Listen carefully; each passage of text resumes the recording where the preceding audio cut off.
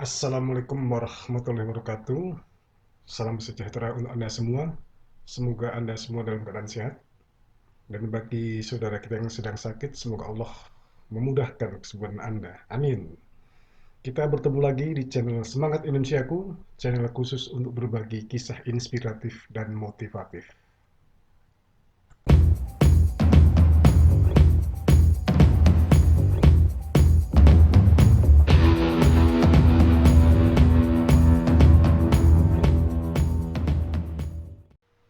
Pada video kali ini, saya ingin berbagi sedikit pengetahuan praktis mengenai banjir bandang. Nah, kita mundur sedikit ke belakang, kalau kita lihat di website, terakhir kita terjadi banjir bandang di Indonesia di kawasan Puncak pada awal tahun ini, tahun 2021, mengakibatkan kerugian yang cukup besar meskipun tidak terjadi korban jiwa.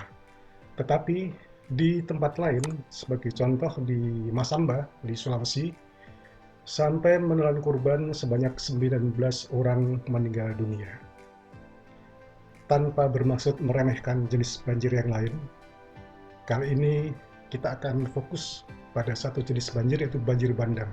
Betapa dahsyatnya banjir bandang, karena banjir bandang sering menimbulkan korban jiwa cukup banyak dalam waktu yang cukup singkat. Mari kita kenali gejala banjir bandang agar kita bisa menghindarinya. Tapi sebelumnya, silakan subscribe dulu, karena subscribe itu gratis. Silahkan klik tombol subscribe di sebelah kanan bawah video ini. Terima kasih kepada Anda yang sudah subscribe demi perkembangan channel ini. Baik, tirai telah dibuka. Secara garis besar, banjir dibagi menjadi 3 macam: banjir biasa, banjir rob, dan banjir bandang. Nah, banjir biasa, kita nyebutnya banjir biasa. Penyebabnya adalah meluapnya air sungai. Sedangkan banjir rob, penyebabnya adalah anomali air pasang laut. Sedangkan banjir bandang, penyebab utamanya adalah tingginya curah hujan yang cukup ekstrim dan cukup lama yang terjadi di pegunungan. Nah, penyebab sudah. Sekarang kita lihat lokasinya. Di mana sih lokasi banjir biasa itu? Banjir biasa atau banjir yang meluapnya air sungai umumnya terjadi di dataran rendah, di sekitar bantaran sungai. Sedangkan banjir rob tentunya karena berkaitan dengan anomali air pasang laut, umumnya terjadi di daerah-daerah pesisir laut. Nah, sedangkan banjir bandang umumnya terjadi di daerah perbukitan atau di pegunungan, di bantaran sungai di perbukitan itu.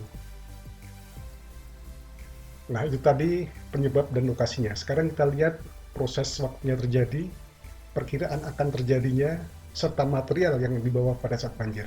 Nah, untuk banjir biasa, proses terjadinya cukup lambat dan masih bisa diprediksi. Dan material yang terbawa biasanya berupa sampah. Ini kalau kita lihat kenapa masih bisa diprediksi, karena memang prosesnya ada peringatan dini. Kalau di daerah Jabodetabek, ada peringatan dini dari Bendung Katulampa.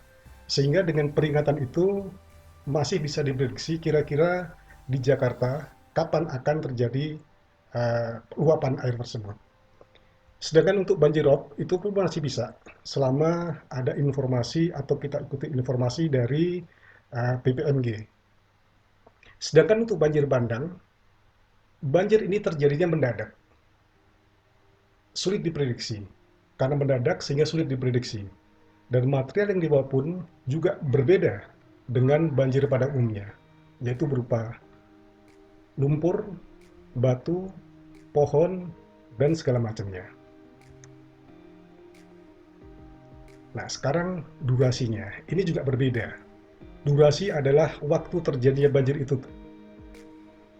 Pada banjir biasa, dia lambat terjadi, tetapi juga lambat surut. Pada banjir rob pun juga kurang lebih seperti itu. Tetapi pada banjir bandang, datangnya mendadak, tapi cepat juga surut. Nah, kita lihat perbedaannya. Di sini masih tergenang dan itu dia cukup lama. Sementara kalau banjir bandang, kita lihat setelah terjadi tidak terlalu lama sudah surut. Kita lihat batu-batu cukup besar, pohon-pohon cukup besar menjadi material yang terangkut atau terbawa oleh banjir tersebut. Mari kita fokus pada banjir bandang. Nah, saya ingin mengungkapkan sedikit bagaimana mekanisme terjadinya banjir bandang. Kita lihat pada gambar di sebelah kiri ini adalah penampang daerah perbukitan, kemudian berubah menjadi dataran. Perubahan antara perbukitan atau pegunungan dengan dataran ini sering disebut tekuk lereng.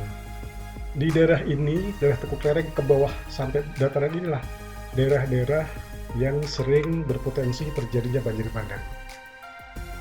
Kita lihat bagaimana karakter sungai di pegunungan itu. Secara normal, bukan dalam keadaan hujan sekalipun, dalam keadaan normal, sungai-sungai di pegunungan itu umumnya sempit. Jadi badan sungai itu sempit, sementara alirannya cukup deras. Kenapa? Karena dia mengikuti kemiringan wilayah itu. Nah, pada saat terjadi hujan cukup besar, katakanlah curah hujannya ekstrim dan cukup lama di pegunungan, maka mulailah sesuatu yang menyebabkan atau berpotensi terjadinya banjir bandang. Apa itu? Adanya volume air yang cukup besar oleh karena air hujan tersebut, ditambah dengan sempitnya badan sungai, kemudian dengan aliran cukup deras, inilah yang kemudian memicu terjadinya banjir bandang. Nah, inilah mekanisme banjir bandang yang kemudian pada saat bertemu dengan tekuk lereng, air semacam digelontorkan begitu saja dengan kecepatan tinggi, dengan membawa air lumpur, sehingga menyebabkan banjir bandang di daerah tekuk lereng dan di dataran di bawahnya itu. Nah, tanpa bermaksud meremehkan banjir biasa atau banjir yang umum terjadi dan juga banjir rob, banjir bandang perlu kita waspadai karena mempunyai karakteristik yang khas dan yang paling penting sering menelan korban jiwa cukup banyak dalam waktu yang cukup singkat. Pertanyaannya, bagaimana sih ciri banjir bandang itu? Banjir bandang cirinya adalah datangnya mendadak, debit airnya ekstrim, dan bercampur dengan lumpur. Oleh karena debitnya ekstrim, bercampur dengan lumpur, dia mampu mengangkat material berupa pohon hingga bebatuan. Tapi di sisi lain, banjir ini cepat surut. Kalau kita lihat di sini, ini adalah sungai utama, aliran sungainya, kemudian di sini adalah bantaran sungainya. Bantaran inilah yang tadinya dihantam oleh banjir bandang dan meninggalkan bebatuan, pohon-pohonan, dan bahkan kemungkinan ini adalah semacam struktur dari jembatan. Nah, sekarang siapa yang harus waspada terhadap banjir bandang ini? Jawabannya tentu saja semua orang harus waspada. Tapi khusus pada orang-orang yang berada di bantaran sungai-sungai yang ada di perbukitan dan pegunungan ini harus lebih waspada. Masalahnya adalah daerah perbukitan pegunungan mempunyai view yang bagus dan kadang-kadang mengundang wisatawan untuk datang. Untuk itulah kita perlu mengenali gejala banjir bandang.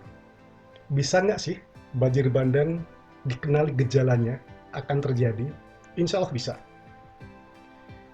Berikut ini adalah gejala akan terjadinya banjir bandang.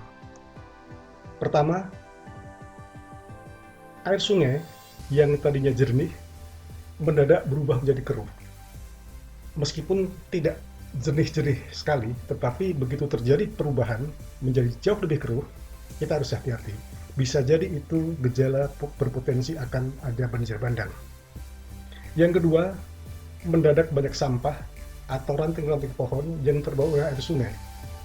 Nah, lebih berpotensi lagi kalau teman-teman melihat di daerah pegunungan, di bagian atas dari hulu sungai terlihat awan mendung gelap. Awan mendung gelap inilah yang harus kita waspadai, menjadi ciri-ciri akan terjadi hujan cukup besar. Ini yang harus juga kita waspadai.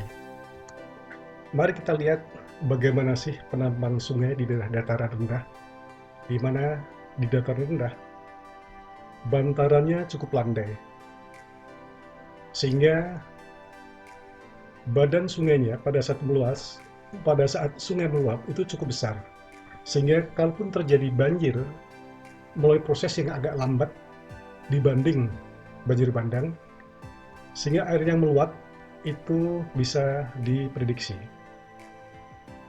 Nah, sekarang kita lihat, kadang terjadi fenomena mirip banjir bandang di dataran rendah. Bisakah itu terjadi? Atau dengan kata lain, mungkinkah banjir bandang terjadi di dataran rendah? Jawabannya bisa. Apa penyebabnya? Umumnya disebabkan karena adanya tanggul sungai yang jebol. Ini juga kejadiannya hampir sama dengan banjir bandang, tetapi tingkat bahayanya tidak sebahaya kalau banjir bandang yang di daerah perbukitan. Mari kita lihat bagaimana penampang sungai di daerah perbukitan. Terlihat perbedaannya, badan sungainya cukup sempit oleh karena biasanya diapit oleh lereng yang cukup terjal. Teman-teman bisa lihat di daerah pegunungan, umumnya badan sungainya seperti ini.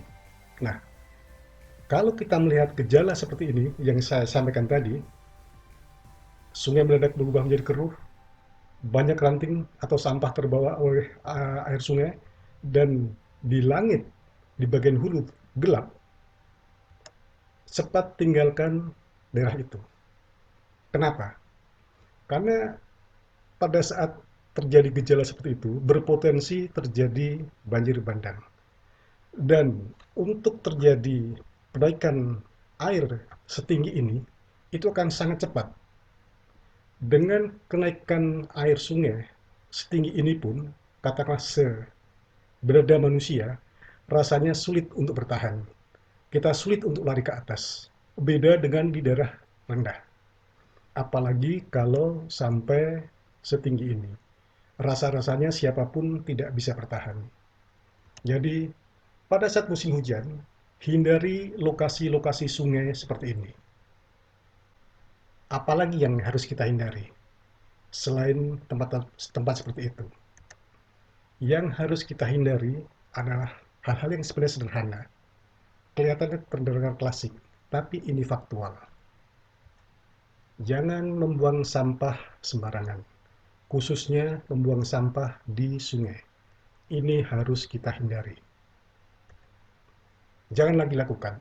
No way. Selain mencemari, sampah menjadi penyebab utama banjir, apapun jenis banjirnya. Pernahkah teman-teman melihat, mengalami, atau barangkali saudara-saudara kerabat mengalami hal seperti ini? Sangat miris. Betapa banyak saudara kita terdampak oleh banjir. Mari kita mulai berpikir. Pada saat melihat seperti ini, sebaiknya kita berpikir, jangan-jangan sampah yang kita buang berkontribusi menyebabkan banjir yang dialami oleh saudara-saudara kita. Oke, jadi barangkali itu saja sedikit pengetahuan praktis, mudah-mudahan bermanfaat. Mari kita jaga lingkungan, kita jaga kesehatan kita, jangan buang sampah sembarangan, tetap jaga kesehatan, dan mohon jangan lupa subscribe, like, and share. Tetap jaga kesehatan, tetap semangat, semangat Indonesiaku.